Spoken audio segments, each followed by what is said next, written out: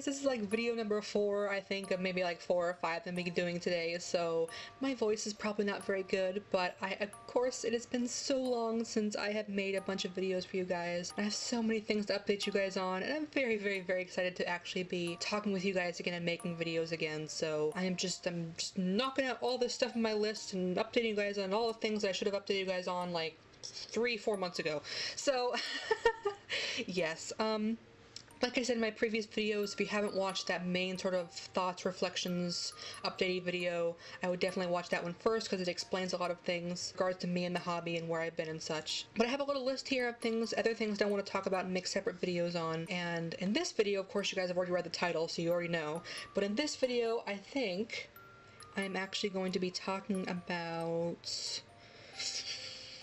I think I'm going to be talking about some updated changes I've actually made to my room, weirdly enough. It's kind of an odd topic, but this, I assure you, is relevant to dolls. Over the last few months, I've actually been working on getting proper storage and shelving for my dollies. Since prior to this, they've always just been sitting on my desk or just randomly thrown about in my room, like not thrown like on the ground, but just like sitting on random places in my room wherever I could find space for them. And that was really frustrating because I didn't have places to take pictures of them or to put them, and you know, it was just really frustrating and they got in the way and stuff. But I have been working on getting proper storage and shelving for them, which I have done. I've actually gotten 3 new bookcases in the last few months, which is amazing. My room is very, very, very tiny, and I have a very limited amount of space, so I really had to like deconstruct a lot of my room and reorganize pretty much most of it, aside from my bed. Everything pretty much else has been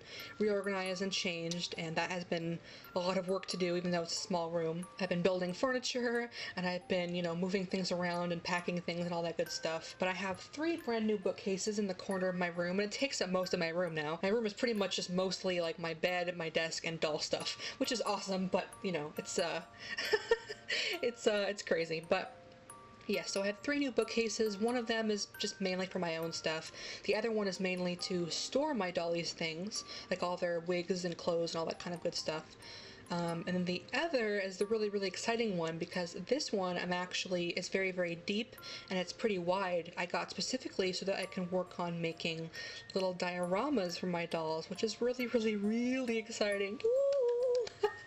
I have actually wanted to make dioramas for my dolls. It's been a long-term plan idea of mine ever since I joined the hobby, to be honest. I have always wanted to someday attempt on, you know, making little dioramas for them, and I'm super happy to actually finally be able to start on it. Like I said, I've just gotten the bookcases not too long ago. Recently, my big bookcase, the one for the dioramas, I just got a few days ago and had to put that all together by myself in a tiny little room. It was crazy. It took like 4 hours to build it. Oh my god. But it is gorgeous, it's lovely, and it's so great, and it has a lot of space in there for making little dioramas for them in the future.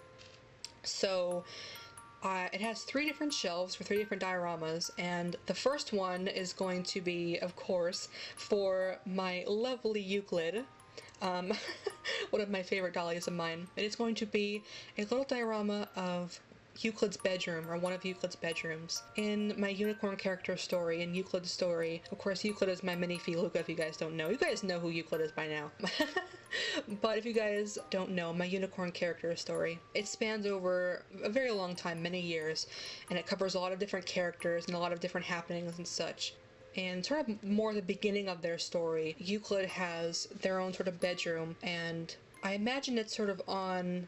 like, picture this with me, okay? I'm going to try to explain a little bit of their world for you guys. So my unicorn characters, they are very seclusive. They like to hide from humans and other people that might harm them in some way, because although they're very strong, they're very fragile in many ways. So they're very secretive and seclusive, and a lot of them, they actually live underground or within mountains or in very sort of arduous, very difficult to reach or live in environments that a lot of humans and other people wouldn't really want to go into or live. So in the case of like Faustus and Euclid and stuff, their little sort of settlement is kind of in this, how do I explain it? It's kind of like a very tall mountain that has a circular sort of cutout into it. Like imagine like a very, very steep mountain, and it goes down into this wide circular area, and at the very, very top there's this big waterfall, and it flows down into this big watery circular area, and there's like a little temple and everything like that in the center, and the water flows around it, and the water then flows into the river, which goes all the way through this big giant forest which surrounds this whole area, and the whole forest is surrounded by mist and fog, which is actually created by Calliope, so that kind of keeps them safe and secluded from other people. So anyway, that's kind of their environment that they live in, and Euclid's room, in the beginning of the story, one of their little hideaways, their room, is actually on this big giant mountain cliff, like inside the cliff, inside of the rock, because they like to usually make homes and like halls and pathways within the underground or within mountains and such. So Euclid's little room is this little tiny room on this big giant huge cascading waterfall mountain, and in their room it's very romantic, it's very, very pretty, but it's very distinct in the way that it looks, because Euclid is very much into learning about human culture. They're very much fascinated with books more than anything, and with human culture, and reading these books that are made by humans, all these stories and stuff. That's kind of what they're fascinated by and really into. So Euclid collects all of these human books and just books in general. The room is filled with all these different books everywhere, just stacks upon stacks of books. And the other thing that's really prominent in their room is flowers, mostly dried flowers. Like their whole entire room, if you can imagine it, is just filled with just stacks of books and vases and hanging flowers all over the place. A lot of them with like well-preserved dried flowers. And this is because, again, this is kind of in the beginning of their story, beginning of like Euclid sort of story, because it spans, like I said, many, many years, and a lot of different things happen and all that kind of stuff, but this is more towards the beginning. Hyacinth, one of the members of Euclid's little trio, like I said before, if you guys don't know, my unicorn characters, they form romantic trios rather than pairs. It's part of their species. It's not weird. Anyway, it's part of their makeup of their species. They have to. It's not a choice. One of the members of Euclid's trio, named Hyacinth, is very special to Euclid. They have a very, very important relationship to each other, and Hyacinth was very young, was like essentially like a newborn when he met Euclid. And at the time, Euclid was going through a very difficult situation in their life. They were very much cut off with the world, and were very in a lot of mental sort of pain, and also like physical, but it was a very difficult time for them. They were very much secluded, and a lot of things had happened, and they were very alone, all by themselves. And Hyacinth was like a newborn essentially, but they're not born as infants. It's very hard to explain, but keep with me here. Hyacinth was very, very little, and he would visit Euclid all the time, and Euclid wouldn't really talk to begin with, wouldn't really interact with him, would kind of just be like in a daze, a very depressed sort of state. And every day Euclid would receive a visitor, which was Hyacinth, and Hyacinth would come into Euclid's room and would bring them flowers every single day. And again, Euclid was so out of it, they didn't really notice it for a while, like how it was happening, but every day Hyacinth would come to Euclid's room and would bring them flowers again and again and again and again, until their whole room started to fill up with all these flowers. And eventually Euclid started to realize, become more in tune with their surroundings again, you know, sort of come back to life, if you will. And they started to notice their room being filled with flowers, and it just really sort of hit them. And gradually, you know, Hyacinth and Euclid got to know each other more and got to interact more, and Euclid became more alive again. Hyacinth really sort of brought Euclid back to life, if you will. And as he grew older and grew more mature, every day he would still continue to bring Euclid flowers and more flowers, until their whole entire room was just filled with all these different vases of flowers.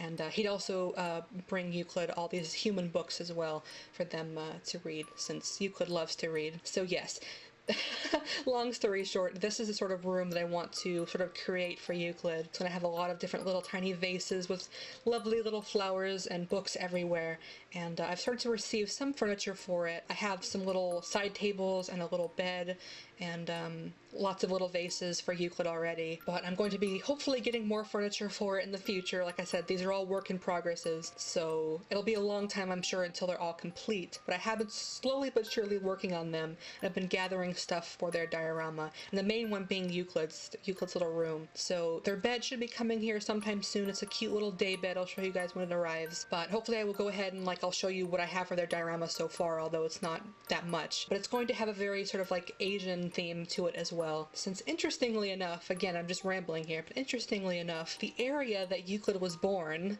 again, their story takes place in not the real world, but kind of a parallel to real world, but the area that Euclid was born is actually a very distant area to where they spend most of their life. It's a very far off, secluded area. It's a very large settlement of their species, Unitrios, and their culture is more, I would say that a lot of Unitrios culture is actually somewhat inspired by ancient Chinese culture, also ancient Greek culture as well. It's sort of a mixture of those two more than anything, largely anyway. But Euclid's area that they were born in is actually heavily inspired by ancient Chinese culture, so a lot of sort of Asian influences there is more present than it would be anywhere else in their story. And Euclid actually, if you notice, they have slightly smaller, more tilted eyes, because they have a slightly more Asian influence in them. They're not technically actually Asian featured, but in their story they're kind of more inspired by that, so that's why Euclid looks a little bit, it's very, very pale and has the smaller eyes and such. You understand, hopefully. So yes, their room has a bit of more Asian influences in it because the area that they were born is a bit more of that kind of style, if that makes sense. So anyway, yes, a lot of their little furniture pieces are kind of Asian inspired, and all their little vases, a lot of them have little Asian paintings on them. They're very, very pretty. So yes, that is really, really cool. I can't wait to go and show you guys. I've been making little books for them, I have to make so many more, but I've been making lots of them. And I have flowers coming for their room. I have tons of flowers hopefully coming for their room, so all the flowers, their vases right now, they're kind of empty. But hopefully I will show you guys this sometime soon, if not in this video, and you guys can see what I have so far. But this one is my main focus in my diorama worlds that I'm working on. So I'm going to be focusing on this one first, and that was probably going to be the first one that you guys see finished, because I'm working on that one a lot lately. So yes, really, really exciting. Can't wait to show you guys, hopefully sometime soon, and I will have more progress on it sometime soon as well. But I'm really, really excited for this because of another thing that I'll mention in their video as well. But I won't spoil it here if you haven't seen the other video. But yes, anyway, the other two shelves on that diorama shelf, quote-unquote, that I have, I'm not 100% decided on what I'm going to do with yet. The main focus, of course, is Euclid's diorama. The middle one, the second one, I'm thinking of devoting to Shue, Calliope, and Etzel in the future. Right now it has Shue stuff in it, but if you haven't watched my thoughts and reflections video, then you guys don't know, but I won't spoil it here if you haven't. I'm come to some conclusions on my characters Shue, Calliope, and Etzel and things regarding them, so I'm not going to be focusing on their diorama just yet, but I think that's what that shelf is going to be for in the future. Right now it has Shue stuff, but it's probably going to change drastically in the future when I make certain changes that I'm going to make. That's kind of vague, but that's pretty much what I have so far. And the last diorama, I'm not entirely sure what I'm going to be doing with it yet. I don't know, I'm not 100% decided, but I think what's going to end up happening is that it is going to be for my Egyptian characters, for River and for Raum, their story. I think I'm going to make it a very, very cute little Egyptian themed something or other in the bottom there. I haven't decided exactly what I want to do yet, but I know it's going to be very, very gold and sparkly and Egyptian, and that will be super, super fun too. So, but that will be a far off thing. Those other two dioramas I'm going to be working on in the future. They're long-term projects. They're not going to be very complete at all for quite a while, I imagine. But Euclid's I definitely want to focus on and get that as complete as I can, as soon as I can, essentially. So yes, that is my little ramblings about that for now. My room has changed drastically. I have more storage and proper space for my dolls, working on dioramas, and I have actually finally cleared out a little space for my sewing machine. So yes, I have a very nice sewing machine that I never get to use because I never had any space for it, but I finally cleared out some space and I'm working on getting a nice little table for it and everything. Right now it's just in a very, very small, it's in my closet essentially.